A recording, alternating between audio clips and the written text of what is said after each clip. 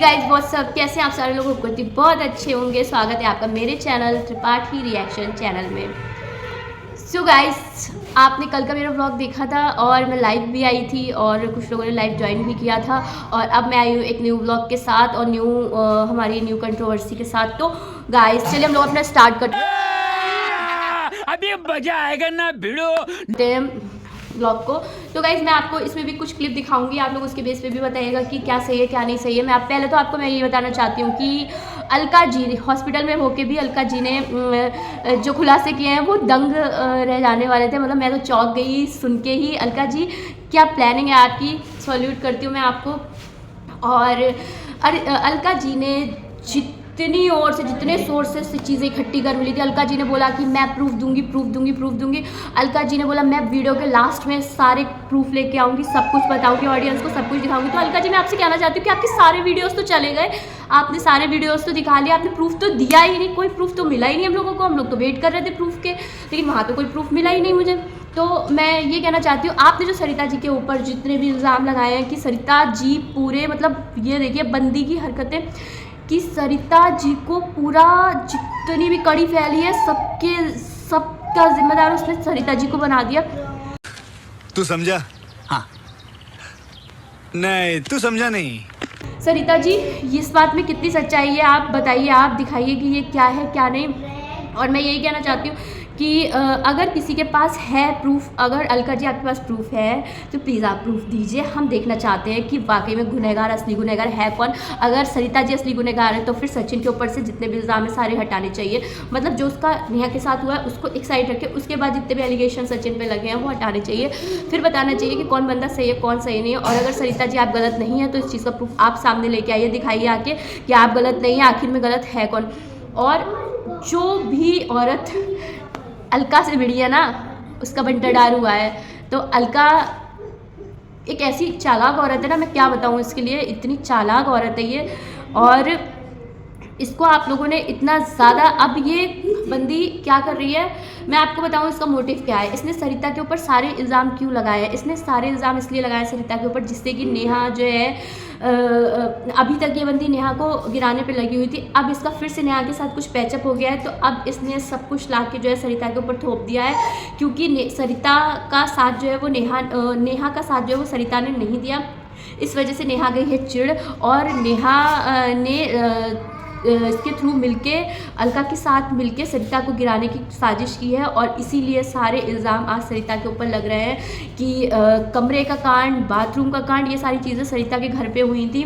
और सरिता ने कैसे क्रिएटर की पिटाई करवाई अपने ही घर पे। जिस दिन सरिता का बेबी शावर था उस दिन सरिता ने क्रिएटर की, इन्हीं क्रिएटरों के बीच में से एक क्रिएटर की पिटाई सरिता ने, अब वो मैं आपको बताऊंगी नहीं कि कौन था, नाम नहीं लूँगी, लेकिन मुझे पता है किसकी पिटाई करवाई थी सरिता ने। और सरिता मतलब अभी तक था कि उस बंद कमरे में क्या हुआ था, बंद कमरे में नेहा और सचिन का कोई राज था। बट अब अलका ने निकाला है कि सरिता ने उस बंद कमरे में एक क्रिएटर की धुलाई करवाई है बहुत बुरी तरीके से और सचिन को बेइज्जत करके अपने घर से निकाला है। इस वजह से सरिता जो है मतलब अपने बेबी शावर में स्पेशल ट्रीटमेंट चाह रही थी जो कि उसे इन क्रिएटरों के से नहीं मिला, उसे स्पेशल ट्रीटमेंट। इस वजह से उसने ये सरिता ने सारा गेम खेला और सरिता सचिन से इस वजह से चिढ़ गई क्योंकि सचिन जो है वो इशू गनगौर से मिल चुका था। इशू गनगौर और सचिन में मतलब दोस्ती बड़ी, मतलब एक भाई बहन के नाते ही, जैसे जो भी आप समझिए, मतलब एक फ्रेंडशिप। और सरिता और इशू गनगौर का 36 का आंकड़ा था, उनकी कभी नहीं बनती थी क्योंकि सरिता की बहन और इशू गनगौर का मतलब उनके घर से थोड़ा मामला चल रहा था, उनका अपना पर्सनल मैटर मैं नहीं छेड़ूंगी। तो गाइस सरिता ने इसलिए चिड़न से इशू गनगौर को भी बर्बाद किया और सरिता ने सचिन को भी बर्बाद करने की कोशिश करी। बच्चों शांत हो जाओ, बच्चे बोल रहे हैं इधर, तो सॉरी। तो मैं आपको यही बताना चाह रही हूँ कि सरिता अगर मास्टरमाइंड सरिता है तो सरिता ने बहुत बड़ा दिमाग लगाया है इस चीज़ में। और अब मैं आपको अलका की क्लिप सुनवाऊँगी, वो आप सुनिएगा और उसके बेस पे बताइएगा कि आखिर क्या सच्चाई है और क्या नहीं। और धीरे धीरे सच्चाइयों के खुलासे अब हो रहे हैं क्योंकि बात जो है वो बहुत आगे बढ़ चुकी है। और जब ये सारे एक साथ बौखला उठेंगे ना गाइस तो ट्रस्ट मी ये खुद अपनी सच्चाई अपने मुंह से बोलेंगे। मैं आपको इंश्योर कर रही हूँ कि ये अपनी सच्चाई अपने मुंह से धीरे धीरे खुद उगलेंगे और आप लोगों को पता चल जाएगी। फिलहाल अलका की बात में तो मुझे कोई दम लगा नहीं क्योंकि वो सिर्फ कहते नहीं है बड़े बोल मतलब गरजना बरसना नहीं, वो वाली लाइन इसके ऊपर फिट होती है कि सिर्फ गरज रही थी, बरस नहीं पाई है, इसमें कुछ दम नहीं है। और मैं तो यही कहती हूँ, अगर आपके पास सच्चाई है तो यार इतने ज़्यादा व्लॉग खींचने की आदत मत डालो कि आपके 20-20 मिनट की 1-1 घंटे के व्लॉग लोग देखें और आपके उस बेस पे आपके पैसे छपें। ये मत कीजिए, क्योंकि आपने बोला था कि मुझे पैसे छापने का शौक़ नहीं है, मैं सीधे मुद्दे पे बात करती हूँ, बट आप मुद्दे पे बात नहीं करती हैं, आप बात करती हैं इधर उधर घुमा के। आपने 10 बार घुमाया, पार्ट 1 पार्ट 2 करके, पार्ट 3 करके, लेकिन आप कुछ नहीं कर पाए एट द एंड, ठीक है। अब मैं आपसे ये कहना चाहती हूँ, अगर आपके अंदर दम हो और अगर आपके पास हो प्रूफ तो प्लीज़ सामने लेके आइए और दिखाइए, फिर हम उस पर डिस्कस करेंगे, मतलब उस पर हम कंक्लूजन निकालेंगे कि आखिर में वाकई में वास्तव में गलती किसकी है, सरिता की है या किसी और की है। फिलहाल तो अभी हम सरिता के साथ ही हैं, हम अलका जी आपका साथ नहीं दे पाएंगे, क्योंकि आप किसी भी इंसान को ऐसे झूठा साबित नहीं कर सकती है सिर्फ अपने पर्सनल ग्रजेस की वजह से। और वो आप अपने पर्सनल ग्रजेस अपने पास रखिए और अपने पर्सनली अपने निपटाइए, दुनिया के बीच में क्यों ला रही हैं। लेकिन अगर वाकई में उसकी गलती है तो हम देखना चाहते हैं कैसी, क्यों, किस लिए, वो आपको बताऊंगी मैं नेक्स्ट व्लॉग में। फिलहाल आप क्लिप देख। और ये भी क्रिएटर्स के मेले में ही हुआ है कि सब कुछ बर्बाद कर दिया और सारा कुछ आपके नाकों तले होता है। भाई शर्म नहीं आती आपको? आप बात करती हैं और क्या टाइटल क्या चेंज किया कि बहुत से लोगों को बर्बाद किया, एक को खड़ा कर देना बर्बादी के लिए, एक को पता चलेगा आप अपनी लुटिया डुबोती नजर आएंगी, है ना।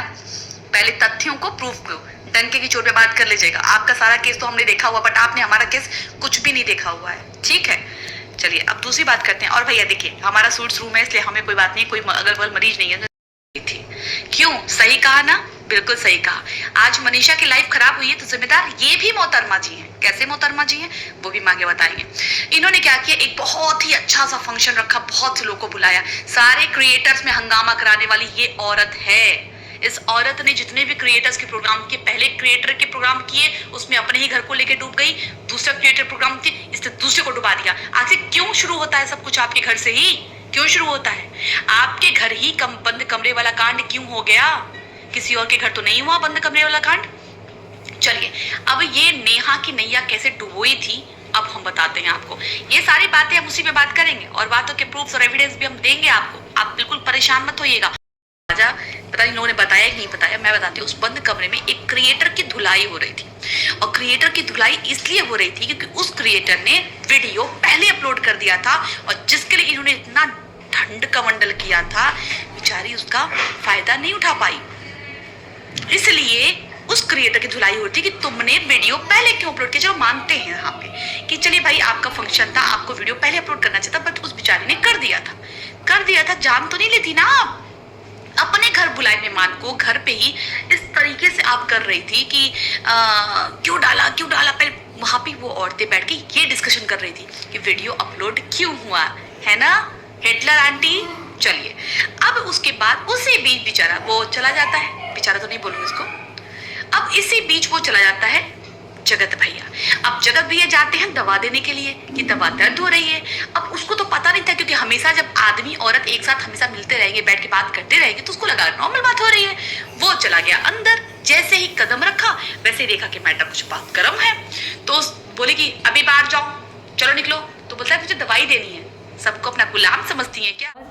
क्लिप देखने के बाद फिर मैं आपसे मिलूंगी अगले रिएक्शन में। सो अभी के लिए टेक केयर, बाय बाय, अपना ख्याल रखिएगा। मिलती हूँ नेक्स्ट ब्लॉग में। अच्छे ब्लॉग लाऊंगी, डेली इंतज़ार कीजिए करिए, और जो भी ब्लॉग आए उसे आप लोग ध्यान से देखिए और बताइए। और जिन्होंने भी चैनल को सब्सक्राइब नहीं किया है प्लीज़ सब्सक्राइब कर लेना, क्योंकि बहुत ही मज़ेदार ब्लॉग लेके आने वाली हूँ। और वाकईदा आप लोग बैठ के एंजॉय करके देखिएगा। जो ये चटनी और रायता फैला है ना, इसको बताती रहूँगी मैं। Take care, bye bye.